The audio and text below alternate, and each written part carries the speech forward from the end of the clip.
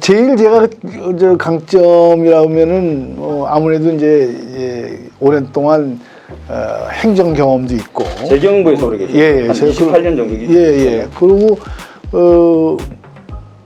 그 환란 때 IMF 환란 때 제가 금융정책국장을 하면서 168조 공적 자금 넣어가지고 환란을 수습했지 않습니까? 금융정책국장님이 주로 은행권을 담당하시는 쪽. 예. 그러니까 그때 그 은행의 구조조정, 그거는 이제 부차적으로 나온 거고, 실질적으로는 기업이 부채가 많아가지고 이렇게 뱅크럽시가 되니까 기업들을 구조조정하고, 그거에 따라서 은행이 또 그 대표적인 게 대우하고 관련해가지고 제1은행이 그때 망했잖아요. 그래서 그러한 거를 이제 공적자금 168조를 넣어가지고 은행 구조조정, 또 이 기업의 리스트럭처링, 이걸 그때 다 한 거 아닙니까? 그때 그거를 제가 실무 책임자로 총괄해서 했죠.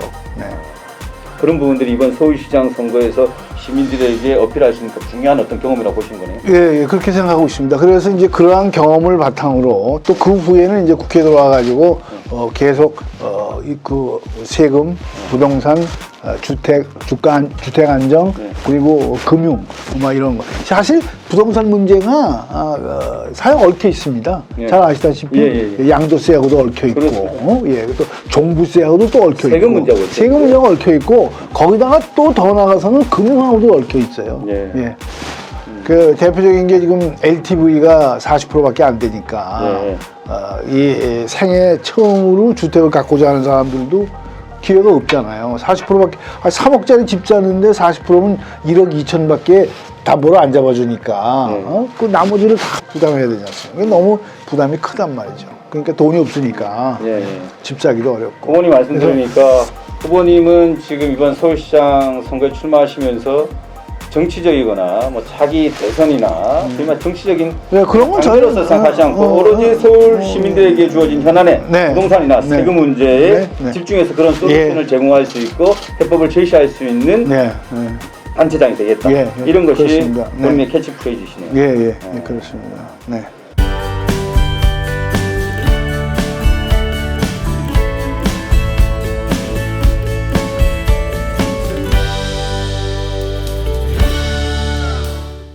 서울시에 있어서 부동산 문제의 핵심은 뭐라고 생각하세요? 저는 서울의 부동산 문제의 핵심은 공급을 늘려야 된다. 공급을 늘리는 방법은 두 가지다. 하나는 재개발, 재건축을 예를 들면 용적률이라든지 건폐율이라든지 이런 걸 좀 높여가지고 재개발, 재건축을 속도감 있게 이렇게 진행을 해야 된다. 그래서 제가 패스트 트랙을 제시를 하고 있습니다. 그러니까 재개발, 재건축이 10년, 20년씩 지금 현재 펜딩되어 있는 그런 그 아파트 단지들도 있고 많아요. 그럼 그런 데를 빨리빨리 분지르자. 저는 그런 용어를 쓰는데 결단을 내려야 된다 이거예요. 할 건지 말 건지, 하면 어떻게 할 건지. 이거를 지금 서울시가 그동안에 완전히 뭉개고 있거든요. 대표적인 것이 이제 강남이라든지 용산이라든지 이런 데 많은데 그거 다 그냥 아무것도 안 하고 방치하는 거예요. 어떻게 할 것이라는 거에 대한 청사진을 전혀 제시하지 않고 있는데 그걸 빨리 결정을 지어주겠다. 그게 제일 큰 거고 또 양도소득세를 지금 이걸 완화를 해야 돼요. 양도소득세를. 이 세금이 너무 많거든요. 양도소득세가. 특히 중과하지 않습니까? 1가구, 2주택, 3주택은 중과를 하니까 그걸 풀어야 이 사람들이 팔 거 아닙니까? 그렇습니다. 그러니까 그걸 팔아야 물량이 늘어나는 거니까. 그러고 이제 두 번째로는 그린벨트를 일부 풀어야 돼요. 그린벨트를 일부 푸는데 그린벨트를 갖다가 예를 들어서 도심 지역을 중심으로 해서 그린벨트를 풀면은 그건 안 돼요. 왜 안 되냐면 교통난 그리고 환경오염 이런 걸 너무 많이 만드니까 그렇게 하지 말고 지금 예를 들면 강동이라든지 이쪽엔 좀 있어요. 예를 들면 금천, 구로, 그다음에 도봉 이런 데는 좀 그린벨트가 좀 남아 있거든요. 많이는 없지만은 그래서 그러한 것을 일정 부분 풀어가지고 12평에서 15평짜리 사람들이 임대주택은 자기 게 아니지 않습니까? 그렇습니다. 그러니까 그거는 국가 거고 그건 정부 거니까 사람들이 그걸 별로 탐탁하게 생각하지 않는다고. 그러니까 그런 거 말고 조그만 거 12평, 15평 단단하면서 아주 팬시한 그러한 아파트를 싼 값에 공급하고 그것을 갖다가 소유하도록 하는 그런 방법이 없겠나. 그래서 제가 제시하고 있는 것이 지금 일반 은행이 여기 보면은 40%까지밖에 안 됩니다. 이게 LTV라고 하는 건데, 이 LTV는 이제 론 투 밸류입니다. 그러니까 시가에 대해서 론의 비율이 40% 해준다 그런 얘기예요. 이거를 서울시가 서울 신보에다가 약 3천억 정도를 갖다가 출연을 하면은 3천억에 15배를 보증할 수가 있거든요. 그건 4조 5천억을 일반은행한테 보증서를 발급하고 일반은행, 이 은행하고 이 은행은 틀린 은행입니다. 이 은행이 지금은 시금고가 신한은행으로 돼 있는데 이러한 일반은행에서 나머지 40% 정도를 장기 저리로 이것을 갖다가 론을 해준다. 이 서울시가 보증을 하고, 궁극적으로는 이 서울 신보를 그러니까 서울금융공사를 만들 거예요. 서울금융공사를 만든다 이거지. 그러니까 예금은 수취를 안 하고 대출과 보증을 전문으로 하는 그러한 금융기관을 서울에 하나 만들어 가지고 서울 신보를 발전적으로 만들어 가지고 이 일을 한다. 보증을 이렇게 해가지고 일반은행이 40%를 해주도록. 집값의 최대 80%까지는 대출받아서 해결할 수 있게 됩니다. 예, 그렇게 하면 된다 이게. 대출도 장기 저리로 해가지고 5년 거치 10년 분할 상환. 그러니까 한 15년 동안에 갚으면 된다. 거치 기간 5년 동안에는 이자가 없다. 그러니까 이자 없이 5년은 거치하고 나머지 10년 동안 분할 상환하는 이런 스킴을 만들어 가지고 서울시가 지원을 하면은 3억짜리 15평짜리 집 같으면은 6천만 원만 있으면은 집을 살 수가 있는 거지. 산다 이거죠. 그러니까 이거는 임대가 아니고 자기 소유의 집을 갖다 이렇게 살 수가 있다. 이게 기본적으로 새로 공급을 해야 되는 그렇죠. 그래서 그린벨트를 좀 풀어야 된다 이거죠. 그린벨트를 풀어가지고 진짜 그린벨트를 풀면 좀 싸니까 땅값이 싸니까 3억 이하로도 갈 수가 있어요. 하여튼 이렇게 싸게. 물론 작고 단단하면서도 생애에 첫 주택을 갖는 서민이라든지 또는 신혼부부라든지 신혼부부 생애 첫 주택 아닙니까? 그렇게 해서 이거를 이 문제를 풀자. 보시기에 서울 부동산 문제의 가장 첫 번째로 일단 물량 공급이 부족하다고 말씀하셨어요. 그 물량을 어느 정도 부족하다고 보시는 거예요? 지금 제가 제시하고 있는 거는 10년 동안 120만 호를 공급해야 된다. 그런 계산이 나옵니다. 10년 동안 120만 호요? 예, 그러니까 1년에 인구가 오히려 줄고 있지 않습니까? 줄고 있는데 그래도 지금 현재 부족분이 그렇게 많아요. 왜 그렇게 되냐면은 지금 서울에 1인 2인 가구가 무려 60% 가까이 가요. 2인 가구가. 1인 2인 가구가 계속. 그게 이제 그러니까 가게가 분할을 하는 거예요. 지금 옛날에는 다 같이 살았는데 이게 1인 2인 가구가 이제 그렇게 많아진다고. 그러니까 12평에서 15평짜리가 딱이에요. 그 정도에서 이렇게 해야 된다. 그런 아파트를 많이 공급해야 된다. 큰 아파트는 이제 뭐 많이 필요 없고. 강남이라든가 용산 이런 어떤 서울을 대표하는 부동산 시장의 화랑세가 이루어지는 곳에서 재개발, 재건축이 일어날 경우에 부작용도 있지 않겠느냐. 오히려 강남이나 용산보다는 조금 강북이라든가 용산도 강북이긴 합니다만 이런 쪽으로 해서 조금 다변화시키는 게 낫지 않겠냐는 의견도 있는데 강남하고 용산을 주축으로 해서 중심으로 해서 재개발, 재건축이 규제가 풀어나가는 그런 쪽으로 방향을 잡아야 된다고 보십니까?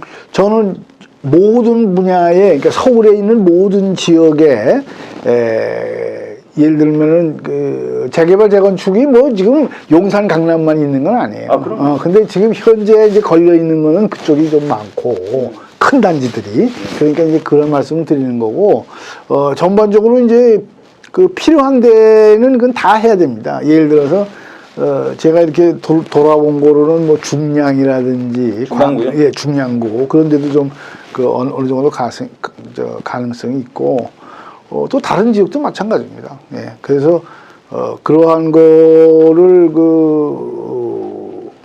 조금 더 세밀하게 그건 봐야죠. 강남에서 오래 국회의원 하셨죠. 예. 그러니까 강남, 용산 이런 곳에서 사실 어떻게 보면 강남권으로 보는 곳인데 그쪽 재건축, 재개발 얘기 나오면 그쪽 분들만 혜택 받는 거 아니냐는 그런 비판도 있어요, 사실. 왜냐면 그렇죠. 그렇죠. 그렇지만은 근데 서울시장은 거기 아니요. 그래서 제가 이제 제가 주장하는 거를 이제 하나 그거하고 관련해 가지고 하나 말씀을 드리면은 지금 이게 우리나라의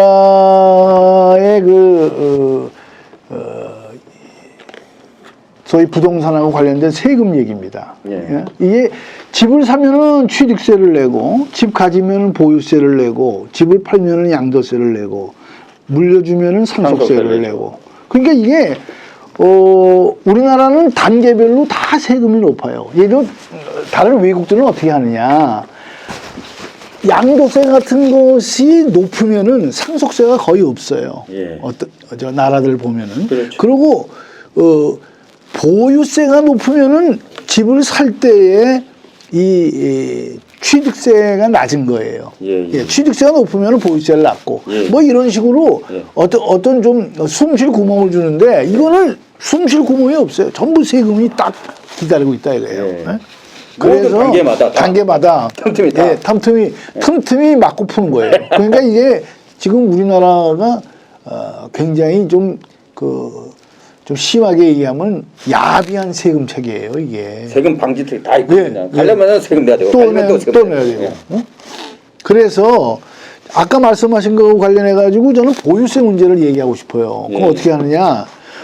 지금 재산세가 있습니다. 그리고 종부세가 있어요. 그러니까 3억, 9억 초과한 이 분에 대해서 종부세를 내는데 이게 지금 서울의 아파트의 평균 중위 가격이 10억이 넘어갔어요. 그렇습니다. 그런데 9억 초과한 분이 종부세를 낸다. 종부세라는 게 뭡니까? 호화주택을 갖고 다니 또 2주택, 3주택까지는 다주택 소유자 이런 사람들이 부동산이 많으니 소위 말해서 능력이 있다.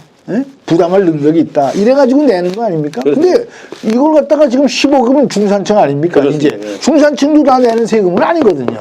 그래서 이거를 일단 12억으로 올리고 더 나아가서 이 종부세하고 종부세를 폐지하고 재산세에다가 이걸 같이 해야 된다 하는 게 제 주장이에요. 그러면 어떻게 하느냐? 재산세는 지금 강남이나 용산 지역의 그 재산세가 많이 거치잖아요. 그렇습니다. 지금 반을 강북에 주게 돼 있어요. 그러니까 강남북 균형 발전을 위해서 강남북 균형 발전 기금을 만들자. 그래서 거기서 재산세 같은 게 엄청나게 거치니까 종부세까지 하면 이제 뭐 말할 것도 없죠. 그 돈을 강북에다가 쓰자. 그러면 좋지 않습니까? 그럼 강남을 개발하는 게 아니라 이제 강북을 개발을 더 우선시하는 그야말로 그런 이익 공유네요. 그런 이익 공유라기보다는 하여튼 현재 그 세금을 이게 다 재산세인데 이게 지금은 종부세를 걷어가지고 이거를 전국에다 주거든요. 국세가 돼가지고. 근데 그렇게 하지 말고 이것도 하나의 재산세니까 다 통합을 해서 이거를 재산세로 통합을 균형 발전, 강남북 균형 발전을 위해서 기금을 만들어서 그 기금에다 넣어가지고 그걸 가지고 강남의 균형 발전을 그러니까 그 얘기는 강북 쪽에다가 많이 투자를 하는 거죠. 공급 물량을 늘릴 수도 있고요.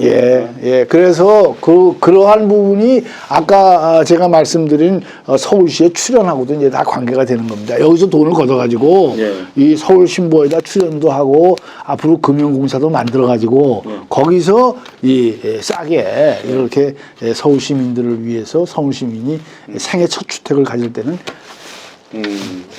의미가 있네요. 보전을 해주자. 그렇게 하면서 재개발, 재건축도 마찬가지입니다. 재개발, 재건축이라는 게 그 재개발, 재건축 단지의 환경 이런 게 굉장히 중요하잖아요. 그런 거는 이런 기금 같은 데서 이제 쓰는 거죠.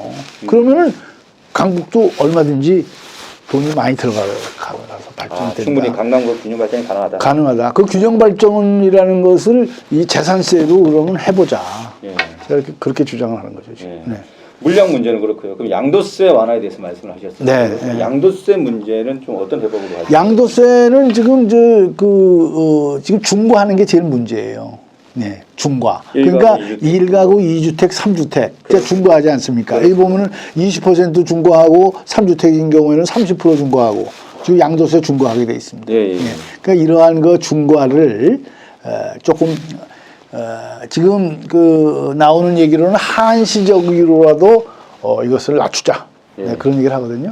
한시적으로 낮추자. 그러니까 한 2, 3년 동안은 이 중과를 좀 지금 20%가 아니라 10%로 한다든지 3주택자들 뭐 15% 정도 낮춘다든지 그렇게 하는 경우도 있고 더 이 보유 기간에 따라서 지금 중과하는데 이런 것도 좀 낮추고 이렇게 해서 그러니까 저는 양도세라는 거는 이 파는 그 차익에 대해서 지금 내는 거 아니에요. 그렇죠? 차익에서 내는 거니까 예, 그걸 갖다가 좀 완화해 주면은 집값이 자연적으로 떨어지죠.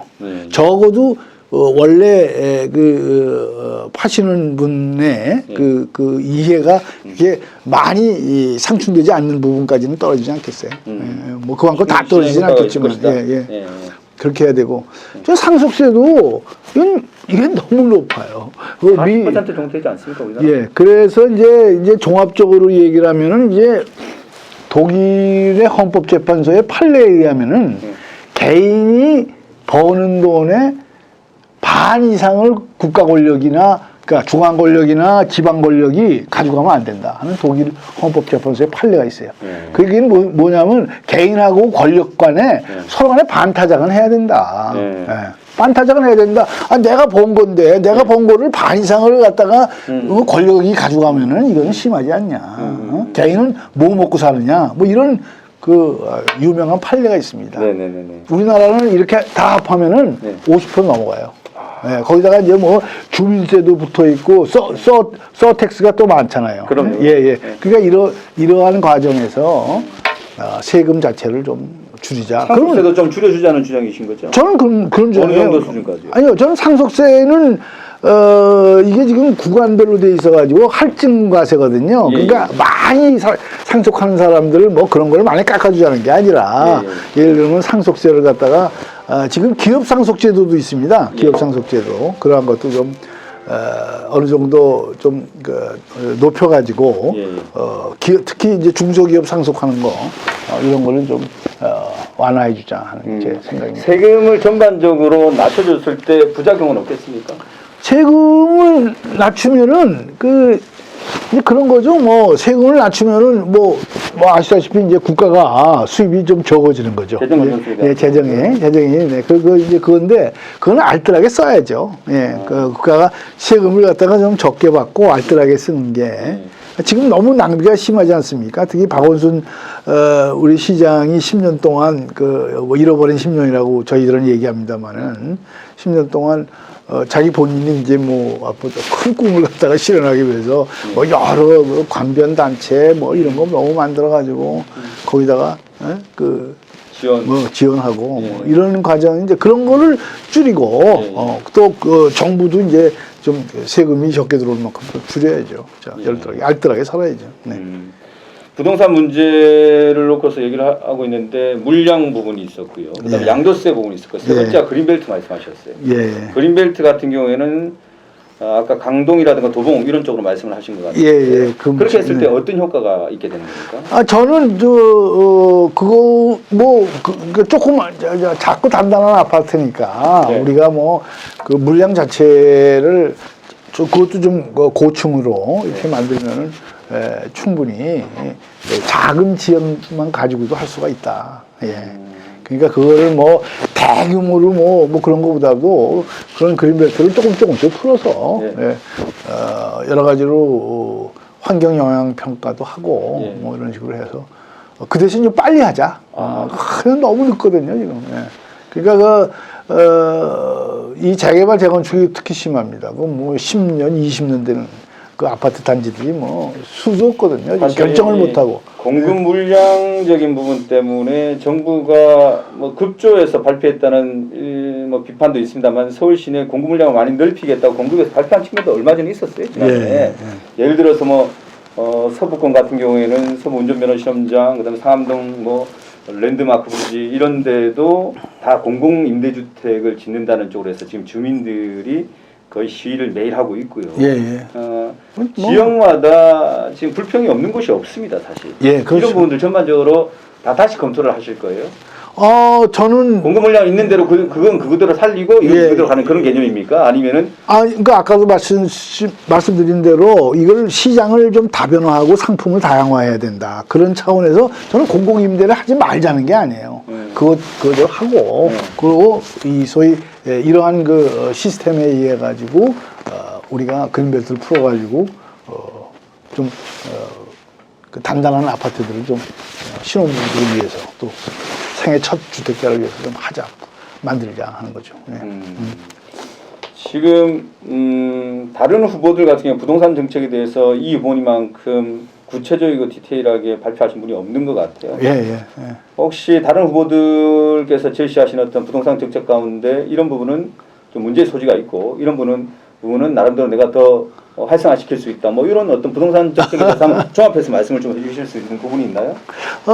부동산 정책은 뭐 글쎄요, 민주당에서 발표한 거 짚어주셔도 좋고요. 이런 건 문제야. 이렇게. 네.